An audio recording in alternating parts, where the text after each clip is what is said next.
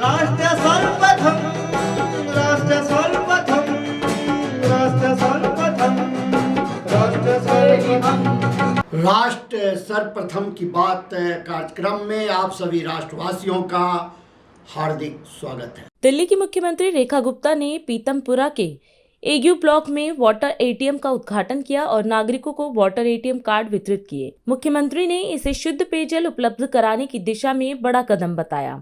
उन्होंने कहा कि भीषण गर्मी और पानी की कमी से जूझ रही जनता के लिए यह सुविधा बड़ी राहत है। उन्होंने बताया कि यह आधुनिक आरओ प्लांट प्रति घंटे 2000 लीटर शुद्ध पानी देने में सक्षम है।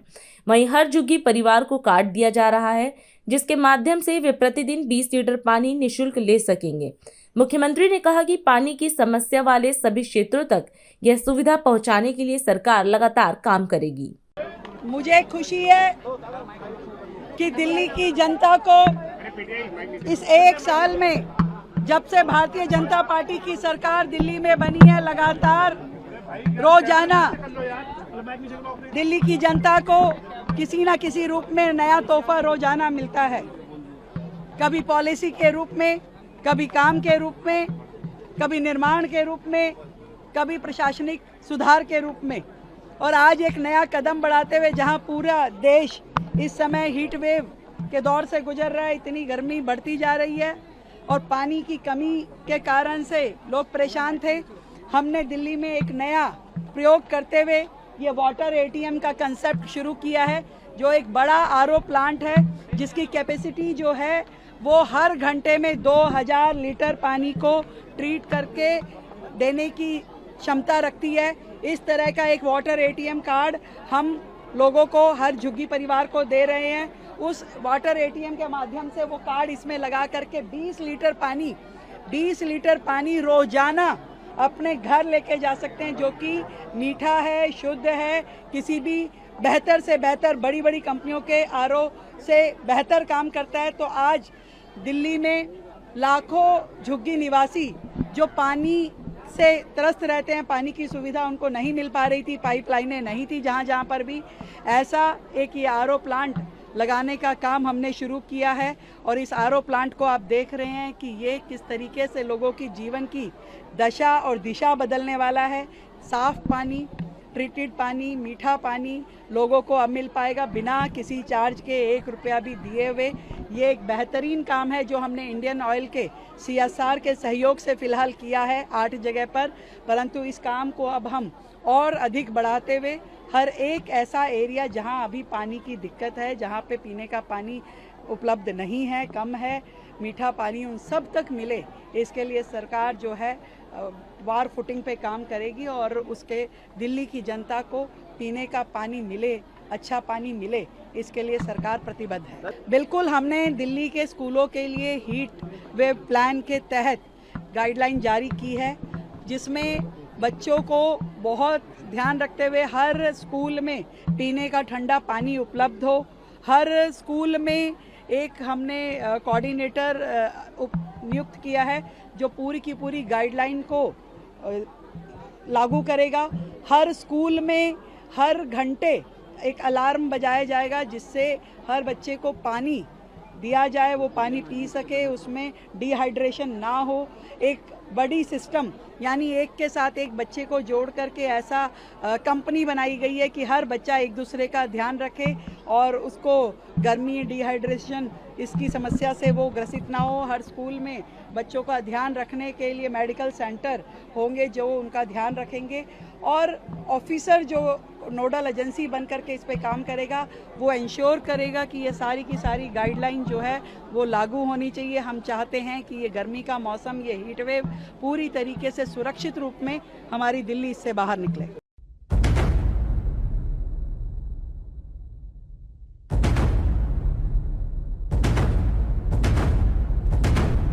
मोतीनगर विधानसभा क्षेत्र में पार्किंग स्थलों पर हो रही अवैध गतिविधियों और अतिक्रमण की शिकायत पर त्वरित कार्यवाही करते हुए नगर निगम प्रशासन ने क्षेत्र का विस्तृत निरीक्षण किया।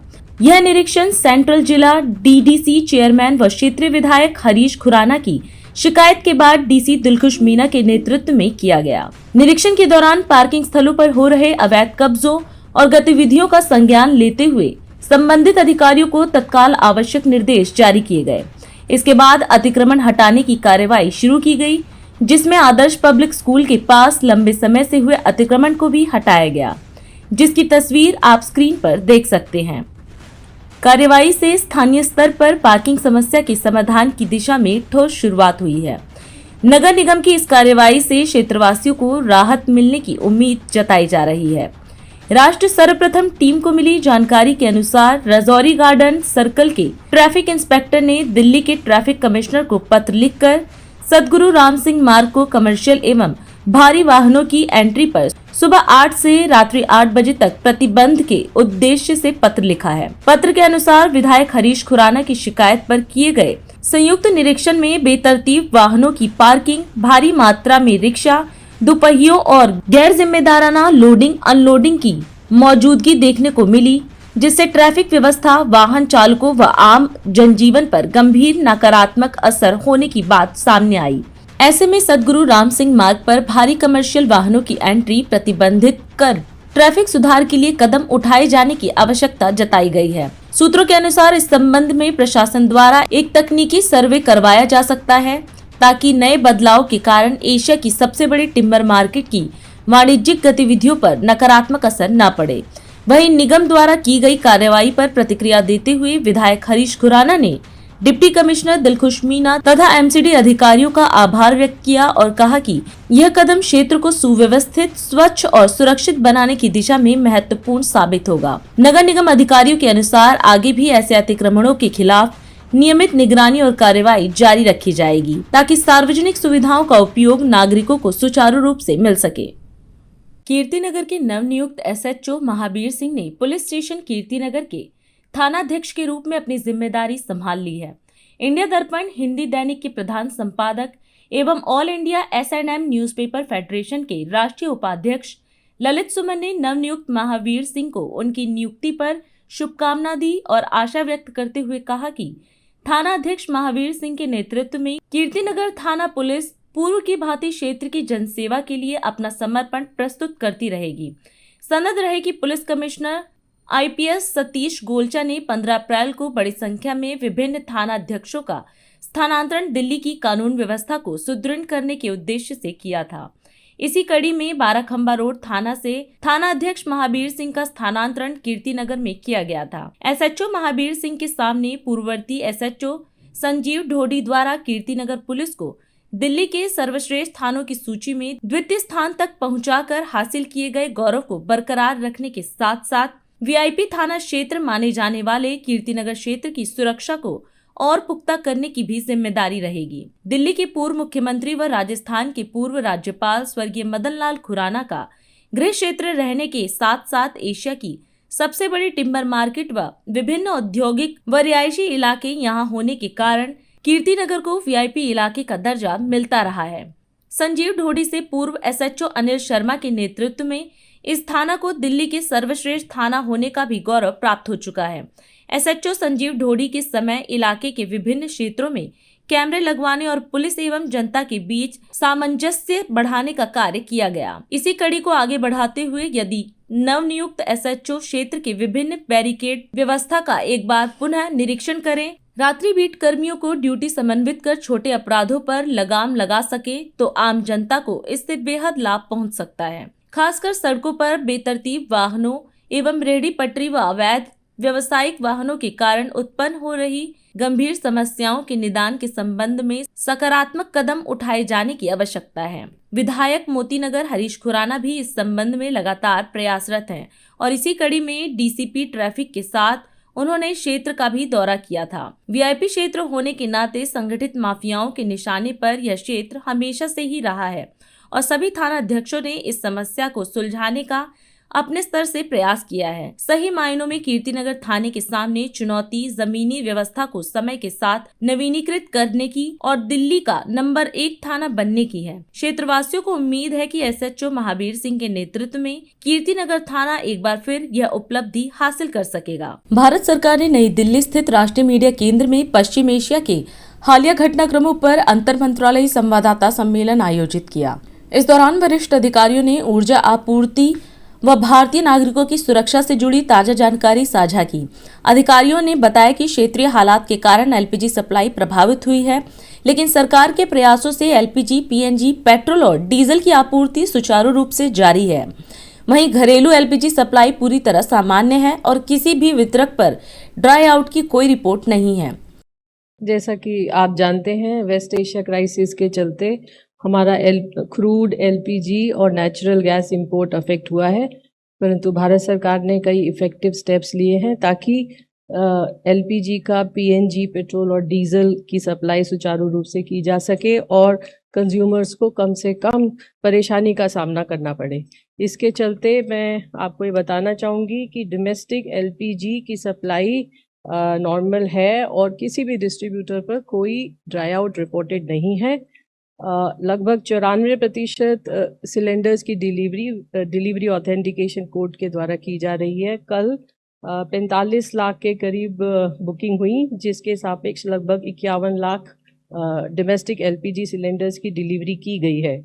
कमर्शियल एलपीजी जैसा आप जानते हैं सप्लाई अफेक्टेड है, परंतु भारत सरकार ने इसकी सप्लाई को 70% रिस्टोर किया है। इसके चलते अप्रैल के महीने में लगभग 1,31,000 टन, जो कि लगभग 69 लाख 19 किलो के सिलेंडर्स के बराबर है, की सेल की गई है। इसके अलावा कल के एक दिन में 8,199 टन कमर्शियल एलपीजी की सेल की गई है। 5 किलो के सिलेंडर्स 23 मार्च से लेकर अब तक लगभग 20 लाख से अधिक सिलेंडर्स की सेल की जा चुकी है। इसके अलावा कल लगभग 80,000 से अधिक 5 किलो के सिलेंडर्स की सेल की गई थी। इसके साथ साथ माइग्रेंट लेबर्स तक ये 5 किलो के सिलेंडर्स को आसानी से पहुंचाया जा सके, इस उद्देश्य से ऑयल मार्केटिंग कंपनीज लगातार कैंप लगा रही हैं और 3 अप्रैल से लगभग 7,800 ऐसे कैंप लगाए जा चुके हैं और इन कैंप्स में जो सिलेंडर्स की सेल हुई है उसकी संख्या लगभग 1,17,000 है। कल भी 350 कैंप लगाए गए और इन कैंपों में 8,100 से अधिक 5 किलो के सिलेंडर्स की सेल की गई। नेचुरल गैस के संबंध में जैसा आप जानते हैं भारत सरकार का जोर है कि अधिक से अधिक लोग पीएनजी पर शिफ्ट हों। इसके चलते मार्च के महीने से लेकर अब तक 5,10,000 नए 5,10,000 पीएनजी कनेक्शंस को गैस दी गई है। इसके अलावा 2.5 लाख से अधिक कनेक्शंस के लिए इंफ्रास्ट्रक्चर क्रिएट किया गया है। तो ये संख्या अगर इन दोनों को मिलाएं तो लगभग 7,66,000 के करीब होती है। इसके अलावा 5,77,000 ऐसे नए कस्टमर्स हैं जो अभी रजिस्टर हुए हैं। इसी तरह रिटेल आउटलेट्स पर भी कोई ड्राई आउट नहीं है और सप्लाईज नॉर्मल है। क्रूड इन्वेंट्रीज मेंटेन्ड हैं, sufficient crude inventories are available. Refineries optimum capacity पर ऑपरेट हो रही हैं। पेट्रोकेमिकल, फार्मा और केमिकल कंपनीज की ज़रूरत को देखते हुए जैसा आप जानते हैं कि कुछ C3, C4 मॉलिक्यूल्स को इन कंपनी को एलोकेट किया गया लगभग 1,000 टन पर डे और 9 अप्रैल से अब तक लगभग 5600 टन प्रोपिलीन की सेल हो चुकी है।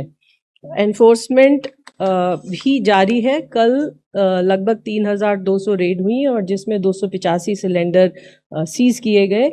इसी तरह surprise inspections by oil marketing companies is also continuing to check any malpractice, hoarding or diversion. So अंत में मेरी सभी लोगों से ये प्रार्थना है कि हमारे पास सफिशिएंट स्टॉक है, चाहे वो एलपीजी है, चाहे पेट्रोल है या डीजल है। कृपया पैनिक बाइंग से बचें और अफवाहों पर विश्वास न करें। अभी समय है एक ब्रेक का, हम चलते हैं ब्रेक पर। आप कहीं जाए नहीं, छोटा सा ब्रेक। श्रेया फर्निशिंग लेकर आया है आपके लिए होम कलेक्शन, जिसमें आपको मिलता है upholstery fabric, designer curtains, home and office decoratives, carpets and sofa cover कम से कम दाम में कीर्ति नगर में आपके लिए उपलब्ध है। Kamal Buildtech Private Limited, fulfilling promises. With our professional team and experience of delivering projects, in past we guarantee you peace of mind and top quality work in an affordable price. और अधिक खबरों के लिए आप हमारे YouTube channel दैनिक India दर्पण को अभी सब्सक्राइब करें और नोटिफिकेशन के लिए बेल आइकन को प्रेस करना ना भूलें। राष्ट्र सर्वप्रथम की बात कार्यक्रम में ब्रेक के बाद एक बार फिर आप सभी राष्ट्रवासियों का स्वागत है। जेडीयू प्रमुख नीतीश कुमार ने पार्टी में बड़ा संगठनात्मक फेरबदल करते हुए संजय कुमार झा को कार्यकारी अध्यक्ष नियुक्त किया। पश्चिम बंगाल विधानसभा चुनाव से पहले कोलकाता में पे टू टीएमसी कोड वाले पोस्टर लगाकर टीएमसी की कथित कट मनी संस्कृति पर तंज कसा गया। पश्चिम बंगाल विधानसभा चुनाव के दूसरे चरण के लिए निर्वाचन आयोग ने 2321 केंद्रीय बलों की कंपनियों की तैनाती की है। मुख्यमंत्री योगी आदित्यनाथ ने तृणमूल कांग्रेस पर जोरदार हमला बोलते हुए दावा किया कि उनके शासन में पश्चिम बंगाल में उद्योगों का भारी पतन हुआ। बिहार में मुख्यमंत्री सम्राट चौधरी ने पूर्व उप मुख्यमंत्री विजय सिन्हा के फैसले को पलटते हुए 224 निलंबित राजस्व अधिकारियों को बहाल कर दिया है। 2027 के उत्तर प्रदेश चुनाव की तैयारी में समाजवादी पार्टी प्रमुख अखिलेश यादव ने महिलाओं के लिए 40,000 रुपए वार्षिक और 300 यूनिट मुफ्त बिजली का दावा किया। आम आदमी पार्टी के प्रमुख अरविंद केजरीवाल ने पश्चिम बंगाल की मुख्यमंत्री ममता बनर्जी को अपना समर्थन देते हुए कहा कि उन्होंने फोन पर उनसे बात की है। बॉम्बे हाई कोर्ट ने 2006 के मालेगांव धमाका मामले में आरोपी 4 लोगों को बरी कर दिया और विशेष अदालत ने उस आदेश को रद्द कर दिया जिसमें उनके खिलाफ आरोप तय किए गए थे। उत्तराखंड के रुद्रप्रयाग स्थित केदारनाथ धाम में आज पूरे रीति रिवाजों और परंपराओं के साथ प्रवेश हुआ, जिसमें भारत और विदेश से हजारों श्रद्धालु पहुंचे। एआईसीसी कार्यालय में अलका लांबा, राजेंद्र पाल गौतम और डॉक्टर अनिल जयहिंद ने संयुक्त प्रेस वार्ता को संबोधित किया।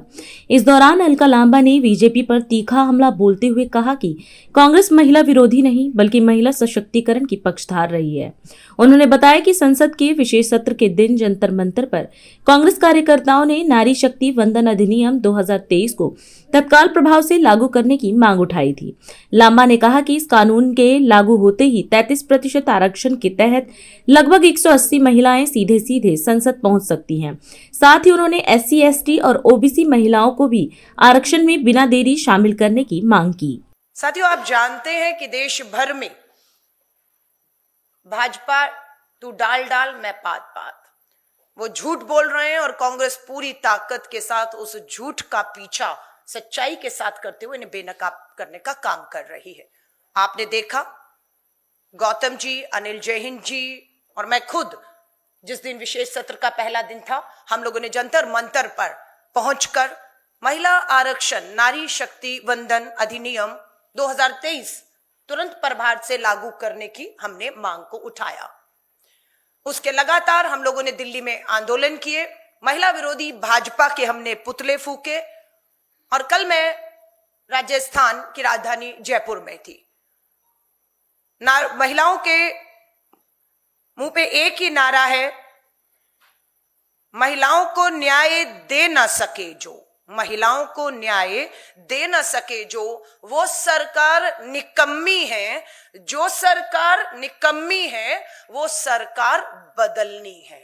आबादी आबादी अपना हक लेकर रहेगी। अगर ये सरकार महिला विरोधी भाजपा RSS सरकार हमें महिला विरोधी बताती है तो बताते हुए गर्व महसूस होता है कि भारतीय राष्ट्रीय कांग्रेस इस राजनीति के इतिहास में आज तक इकलौती ऐसी पार्टी है जिसने पार्टी के भीतर ही 33% नहीं 40% पार्टी के भीतर आरक्षण करने का जो है वो फैसला लिया। आप जानते हैं हमारी महिला महासचिव वायनाड से सांसद प्रियंका गांधी जी उत्तर प्रदेश जैसे सबसे बड़े राज्य की महासचिव प्रभारी थी, तो यह फैसला एक महिला से ही उम्मीद की जा सकती थी और वो उम्मीद प्रियंका गांधी जी हमारी उम्मीदों पर खरा उतरी और उन्होंने उत्तर प्रदेश के विधानसभा चुनाव में 40% सीधा आरक्षण देकर महिलाओं को 150 के करीब महिलाओं को चुनावी मैदान में खड़ा किया। और ये भाजपा जिस कांग्रेस ने 92 में 73, 74 संविधान संशोधन लाकर स्थानीय निकाय चुनावों में महिलाओं को 33% आरक्षण दिया, जो आज बढ़कर 40% हो चुका है और लगभग 15 लाख बहनें आज सिर्फ कांग्रेस के इस विचार और राजीव जी की ही वजह से, मैं कहूंगी सोच की वजह से, आज स्थानीय निकायों में बढ़कर चढ़कर हिस्सा ले रही हैं। नारा था आधी आबादी पूरा हक। आधी आबादी को पूरा हक विधानसभाओं और लोकसभा में देने की लड़ाई निरंतर हम लड़ते रहे। हम फिर एक मांग के साथ महिला आरक्षण नारी शक्ति वंदन अधिनियम 2023 लागू करो, आज करो, अभी करो। और लोकसभा की 543 जो सीटें हैं, उन 543 सीटों पे अगर ये आरक्षण आज लागू होता है तो सीधा 543 33% आरक्षण, मतलब लगभग 180 महिलाएं बिना किसी देरी के संसद पहुंच सकती हैं। हमारी मांग है कि नहीं, महिला आरक्षण कानून विधेयक जो 2023 में हम सबने मिलकर पास करवाया, जो कानून बन चुका है, जिसपे आपने अभी 16 अप्रैल को नोटिफिकेशन भी जारी कर दिया है, उसे इन्हीं पर लागू करो। ये हमारी मांग है। हमारी मांग दूसरी बिल्कुल इसके साथ है कि SC ST बहनों के साथ हमारी जो अति पिछड़ा वर्ग की OBC बहनें हैं, उन्हें भी आपको आरक्षण में बिना देरी शामिल करना चाहिए। और ये भी लड़ाई हम निरंतर जो है वो लड़ेंगे। चुनाव 2029 में होना है लोकसभा का। हमारा ये कहना है कि अगर आपकी नीयत साफ है, आप पर हम विश्वास करेंगे कि आपने हमसे वायदा किया देश से कि 2026-27 में भाजपा की सरकार जो लोकतंत्र की मांग है जातिगत जनगणना कराएगी। जब जातिगत जनगणना होगी इस देश में 26-27 में, तो उसी आधार पर परिसीमन आप करिए, उसका हम समर्थन करते हैं। उस आधार पर परिसीमन करिए। परिसीमन के आधार पर जो 50% फार्मूले के लिए देश के गृह मंत्री अमित शाह जी आप 1 घंटा मांग रहे थे, हम आपको पूरा मानसून सत्र, और कहते हैं एक और विशेष सत्र बुला लीजिए, हम आपको पूरा समय देते हैं। वो प्रस्ताव नया जो विपक्ष ने अपनी बातों में रखा, चर्चा में राहुल गांधी जी, खरगे जी, प्रियंका जी ने, आप उसको प्रस्ताव में शामिल करके एक सर्वदलीय बैठक और एक खास सत्र बुला लीजिए। और हमें कोई आपत्ति नहीं है अगर आप कहेंगे 26-27 की जातिगत जनगणना के आधार पर परिसीमन होगा, उसके आधार पर परिसीमन के आधार पर महिलाओं को मिलेगा, तो ये करेंगे। आपका जो परिसीमन बिल था, जिसे आप धोखा दे रहे हैं पूरे देश को, कह रहे हैं कि महिला जो आरक्षण बिल था वो गिर गया, उसकी हत्या हो गई है, और हम आपको कह रहे हैं कि नहीं, हत्या हुई है, तो आपका जो परिसीमन बिल आप लेकर आए थे, हमने उसको गिराया है। मुख्यमंत्री भजनलाल शर्मा ने वीरभूमि चूरू के महान सपूत 1971 के युद्ध के महानायक और पद्म भूषण से सम्मानित स्वर्गीय लेफ्टिनेंट जनरल